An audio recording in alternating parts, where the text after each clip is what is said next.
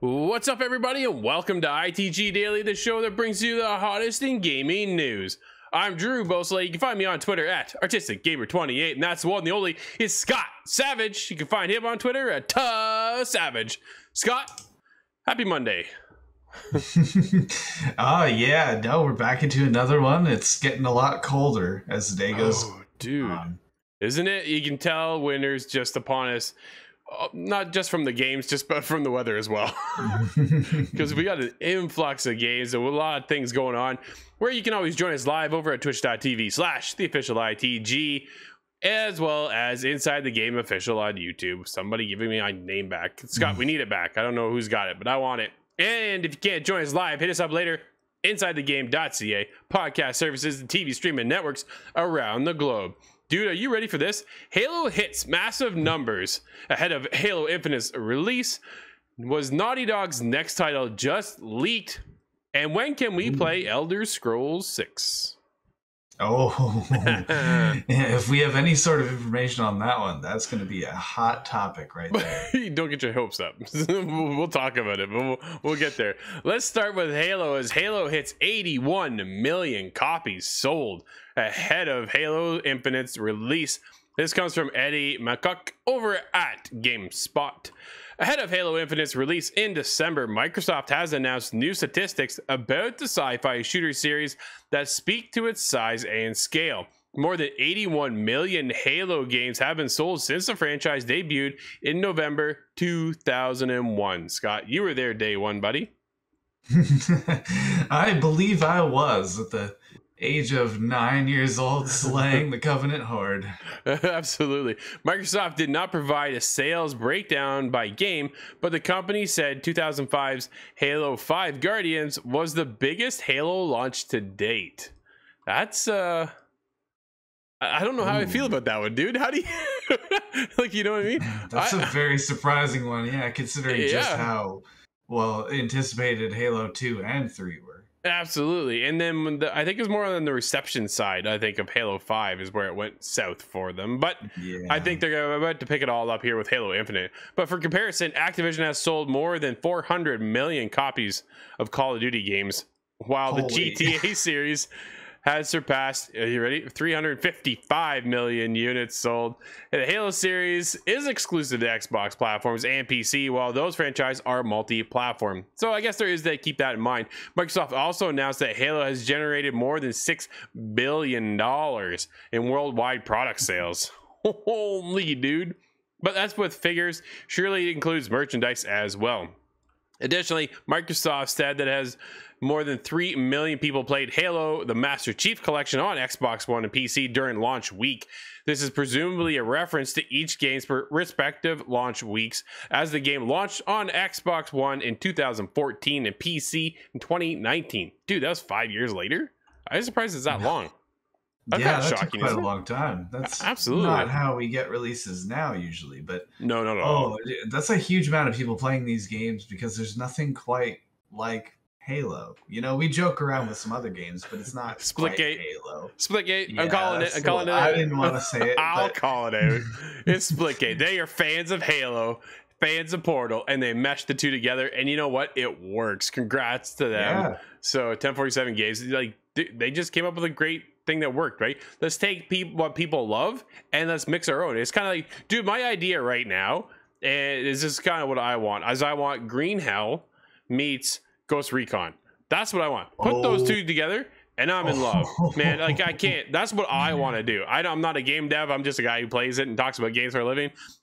I can't make that game, man. Somebody has to help me out and put that together. 1047, yo, here's your next game. This is what you guys. Well, we'll see. That's a beautiful idea. That sounds awesome. Put it in the crazy place in the world. You can make it a Vietnam thing, and that would work really well, wouldn't it, dude? That'd be sick. But let's keep going. Let's get back to Xbox. The game had a very rough start on Xbox, but 343 has steadily, impressively supported the game over time. And the company plans to keep the updates coming even as Halo Infinite launches, though they are starting to dwindle down on those, dude. Like, they're about to shift, and they even stated a while ago, Scott, that they being 343 are about to transition over into Halo Infinite with all hands on deck, right? Like that's the biggest thing. Master Chief Collection is a labor of love that they've made for the fans, and that's fantastic. And now here's the next big step in Halo, and where this continues to grow now is basically up to 343. And I think the audience, the consumers at the end of the day, do we want more Halo?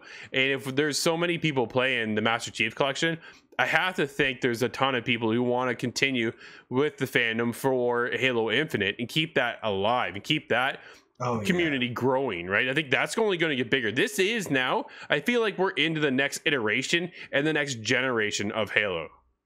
Oh, I think it is, and I think it's going to follow more of a games of service type available platform. So if you want to keep current, you want to keep adding stuff to Halo, it'll be under the Infinite place. That makes a lot of sense because these other games have stood the test of time for almost 20 years, each of them. So they can stand just a little longer as they are. You don't need to have people updating them constantly. Absolutely. Adding new skins and Fortnite dances to the game. Yeah, dude, let's do the floss. Dude, there's also a rumor that Halo Infinite multiplayer drops today. There is a live stream at 1 o'clock. We will be there doing that. We'll be covering that one for sure. We'll see. It's more of a look back at the 20 years, but I wonder if they drop the multiplayer today. Like that's a little, the game launches on December 8th. So I guess let's get the multiplayer out of the way. People can experience it, have a great time, start generating some money. Let's be honest. Oh yeah, they'll make some money off that for sure. But they're using their own product for their own marketing, really. Yeah, and I think that's kind of a good idea because it gets everybody, the taste of it. And if you come back as a fan, and you feel that, oh, I really want to play some more Halo, now's the time. Well, that's just it. So then all of a sudden we were in the multiplayer. We wait for December 8th. Now we have the campaign. And then it's all steam ahead, I guess, with Halo from there. Like what's after December 8th? Because we know we're missing modes, right? December 8th. You're not getting co-op for the campaign. We don't have Forge mode coming out. Oh, dude, that hurts so bad. I had full intentions of playing the next Halo game all co-op. I played Gears 5 start to finish with my wife, and it was fantastic. And I intended to do Halo the same way, and I wanted to play it in that format, right? Because I know Halo is essentially a co-op game. Yeah, it's heavily focused on the single player experience and the story, but dude, I really wanted to have that co-op companion there with me to enjoy everything together, right? And it's just not going to be there this time. I play a ton of games solo. I play a lot of story-driven games. I'm okay with that, but at the same time, when you know it's there, all of a sudden now it's taken away. Dude, I don't know if I'll go back for the campaign again to go, especially in our line of work, right? Especially to go back again to do it in co-op. I don't know. I don't think so. We might have to make a deal where we go back and do it, but it's happening on Legendary with all the skulls on, and we'll make a real challenge out of it. That sounds fun. But no, it's so core and integral to what Halo means to me specifically. Yeah. When I was playing 20 years ago, I mentioned I was 9 years old and I was the co-op buddy. And it will just never be, I can never separate that idea from it. Yeah, I don't know, but we'll see, and we'll see if the multiplayer drops today. But let's continue on with some more rumors. Scott, leaked teases new game from The Last of Us and Uncharted developer Naughty Dog. Kyle, this comes from Tyler Fisher over at comicbook.com. According to rumors, Naughty Dog, the team behind Uncharted and The Last of Us, is working on a new IP for the PS5, starring a black protagonist. If this is true, it would be the first Naughty Dog game to star a black protagonist. Well, Naughty Dog games have featured predominant black characters in the past, such as Uncharted 4's A Thief End and Uncharted The Lost Legacy. Nadine, who is a fantastic character, dude. She was incredible. I guess you were waiting. I'm going to pause this right here because now I just had a realization, Scott, that you haven't played Uncharted. No, I have not. Oh, I've played the man. Tomb Raider games, So but that doesn't count. That's not Uncharted. it's not the same. It's not the same. But No, there's substantially less murder that happens in the Tomb Raider games. yeah, but the rumors are this will change with this next game, a new IP, which is apparently inspired by the movie Moonlight. The rumor comes the way of a leaker, Ralph's on Twitter, who has made a name for themselves leaking information about the next year's Call of Duty. According to the leaker, Naughty Dog are looking at films like Moonlight for inspiration for their next game. What exactly this means isn't clear, as Ralph's doesn't provide any further details whatsoever. Dude, so here's the biggest thing. It's a rumor, right? Take a rumor with a grain of salt. Everybody has speculations of what it could be. Scott, have you seen the movie Moonlight? No, I haven't. I'm not familiar with that. Me either. So I was like, I'm gonna have to look this up. For those that don't know, Moonlight is an award-winning film from the 2016 that shows the protagonist during 3 stages of life: childhood, adolescence, and early adult life. Again, we don't know, but perhaps the narrative structure is what Ralph is hinting at. This is really up in the air. The biggest thing for me, Scott, is what I'm taking away from this is that it is not The Last of Us Part 3. Right? Yeah. That's kind of what. They're working on the multiplayer. We already know Naughty Dog is now focused on the multiplayer side of The Last of Us Part 2. Right? Let's bring that back, because that is a fantastic multiplayer. But where does that leave the story? It ends in a way that, yeah, you could walk away now. So do they work on this game? Maybe somebody had an idea and say, hey, I like this. Let's try this. Put this out in the water and see what happens. Neil Druckmann goes, yeah, this is cool. Let's start building a story for it. They get that rolling. By the time that wraps up, dude, we're back into either another Uncharted or we're into the next part of The Last of Us. Yeah, cycle back around to something that's left safe but still available. I think that's exactly definitely what'll happen. We've seen kind of other series spawn off and kind of create something new and then go back to the drawing board. So that's just fine. That might work out just well. And it's not to say it's just an easy bet that these companies are going to move on to new properties. They can't make the same thing over and over. Well, unless you're Activision. Well, I was gonna say, unless you're Square Enix, like what Final Fantasy are we on, or Call of Duty? Yeah, that's a good point, right? Like, that's a good one. Yeah, I would automatically to Final Fantasy, dude. Like we just talked about 16 not too long ago the other day. The fact that we played 15 as well, right? Like it's just Final Fantasy 15. I want 16 though. I'm still behind them. 15 too is what I really want, but 16 is just as good. Dude, either way, I don't know. We'll see what happens. I'm excited to see that they are now taking another IP on. Was kind of what I'm looking forward to. I think dude, I love The Last of Us. Last of Part 2 is my game of the year. I talk about it all the time.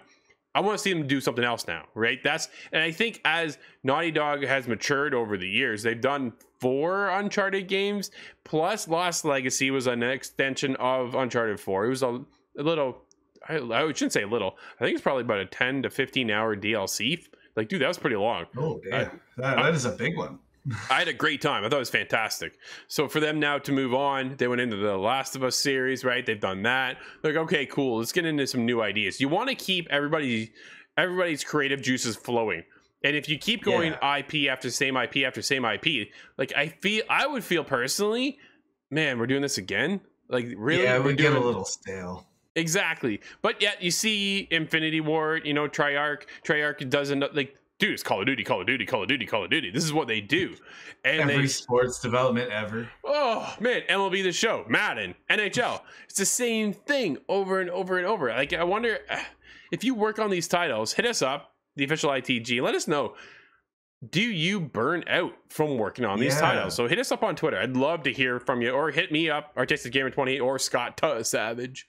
Yeah, did you develop any sort of superpowers? Can you do this literally with your eyes closed? I'm very curious on the process. It just seems like it would be something absolutely interesting from the outside. And now, talking from some of the creative devs beforehand, like we talked about NHL, I was interviewing with them not too long ago, and they said they're just a fan of hockey, right? And that's what drives them to keep going. So maybe that's all it takes, and that's good. That works, dude. But we'll see as we wait for the next one. But we'll get into what's happening in the world. Dude, I always want to say the Elder's Scroll. but it is completely wrong. I know it's wrong. I correct myself all the time. It is the Elder Scrolls 6 release date update. This is shared by Bethesda. Again, coming from Tyler Fisher over comicbook.com. Dude's on fire today. Bethesda has shared a release date on the Elder Scrolls 6, and the update is, more or less, the game is still quite far away from releasing. Yeah, it had a 3 at the beginning of the year. Like, is anybody shocked? When it releases, we still don't know what the platforms it will be for, but we can all assume at this point, I would think it would be on everything. It normally is, right? The PC, Xbox, Series X, and S. Is safe bets, but longer the game takes, the releases, the chances of it coming to Xbox One begin to plummet. Meanwhile, there's no reason to expect it to come to PS5. Yeah, that's going to be a big one. That's a right. Absolutely. I'm bracing for the Flame Wars that day. Oh, well, we saw it already hit an uproar when they said Starfield is exclusive to Xbox and PC, right? There's one platform of choice for you to get it on, and dude, I would not be shocked to see Elder Scrolls 6 be the same. That said, according to Bethesda Game Studios director Todd Howard, fans don't need to worry about any of this right now because the game isn't releasing anytime soon. During a recent interview, Howard addressed the game and how long fans have been waiting to see the follow-up to Skyrim. To this end, Howard admits the gap has been less than ideal. Quote, "Would you plan to have that kind of gap we're having between Skyrim and the follow-up? I can't say that's a good thing." End quote, said Howard to IGN. Quote, "Do I wish I could have a wand in the game we wanted to make? Just came out? Absolutely." End quote. Dude, at the end of the day, these things take a ton of time. And this is no small game, right? There's a reason why we wait so long for GTA. GTA games take forever. Red Dead took forever to get the sequel, right? These games aren't just made in a matter of weeks. It's just, or years in that. The life cycle now for your average game, dude, we're somewhere around the 6-year mark. In between, like give or take, sometimes longer, sometimes. They announced Skull and Bones. Where's that game? Right? Yeah, it's still off on the horizon. Well, it's not to throw shame at Ubisoft. It is them making sure that the game is done right. You know what I mean? Well, it just is the reality of the situation now, especially under current restrictions. But even before that, we're just dealing with such a high level of technology that these games just take time. There's no way around it. Absolutely. Building upon this, Howard revealed that Starfield was prioritized over the Elder Scrolls 6 because the team felt like the game wasn't made now. It may never be made. That's the Starfield game they're talking about, right? So if they didn't make it now, dude, we weren't getting it. Isn't that an interesting little take? That's an interesting thought there. Yeah. I wonder why that is. Is it just the technology level? But it says here, we felt doing something like Starfield, we'd been wanting to do something else for a long time and play in a universe. So if not now, I'm going back in time. We started right after Fallout 4 in 2015. If not now, when? I feel like if we didn't do it then, the when could be never, said Howard. Right? Dude, you gotta transition sometimes into something new and exciting. Bring those creative juices again going, right? You want to get those flowing and starting to, perk up the team a little bit. When you do, that's what I mean. I don't know how they do it. Do NHL every single year, MLB every single year. You're just kind of like on burnout, right? So if you get into something new and creative, dude, I know every time I start a new art project, I'm excited. By the time there's like a lull halfway through, especially a long piece I'm working on, you reach, as an artist, you reach these ups and downs kind of thing as a project continues. And when you get to the end, you can see the light of the tunnel. Dude, that's just a huge rush. And that's what you get through, right? But it's hard to explain, I guess, if you're not in this kind of scenario. But that's exactly, dude, I'd almost put money on it. This is how they feel too. We've done Elder Scrolls for so many years. Let's do something else. We've done Fallout, right? Let's move on to something. This is why Naughty Dog as well is moving on to something else, a new IP. I just had the thought, all of those really awful joked about voice lines in Skyrim, Oblivion, all of those, they hear that every day in and day out. We have jokes and memes about it from our time in the game. Imagine if that was every day of your life. Well, that's just it, right? If you hear that same thing. When I heard way back when, I can't remember what Final Fantasy game it was, but an artist worked on just a rock for 2 weeks. Oh yeah, I've heard about that. Right? Just a rock for 2 weeks. Now I can't remember what Final Fantasy that game that was. That's too bad. I can't remember. But it's still like, dude, you do that for 2 weeks, you got to do something else. It's like, and that's only 2 weeks out of how many years building a game. So, I think I remember that video because it had a point making like they spend all this time on really, really intense assets just for you to run past it while shooting somebody else. Yeah, dude. Man, let's move on to the world of PlayStation because PS5 owners don't play Sony first-party games. Isn't this weird? This comes from Ari Notice over at Kotaku. It's hard to believe, but a year ago to the date, Sony officially released the PlayStation 5. Well, in the States, globally came out November 19th. But despite serious supply issues, an estimated 13 million players have been able to get their hands on one. And they've used this they've used these next-gen consoles. Yeah, I was like going blank here. Use these coveted next-gen consoles to play, well, Fortnite.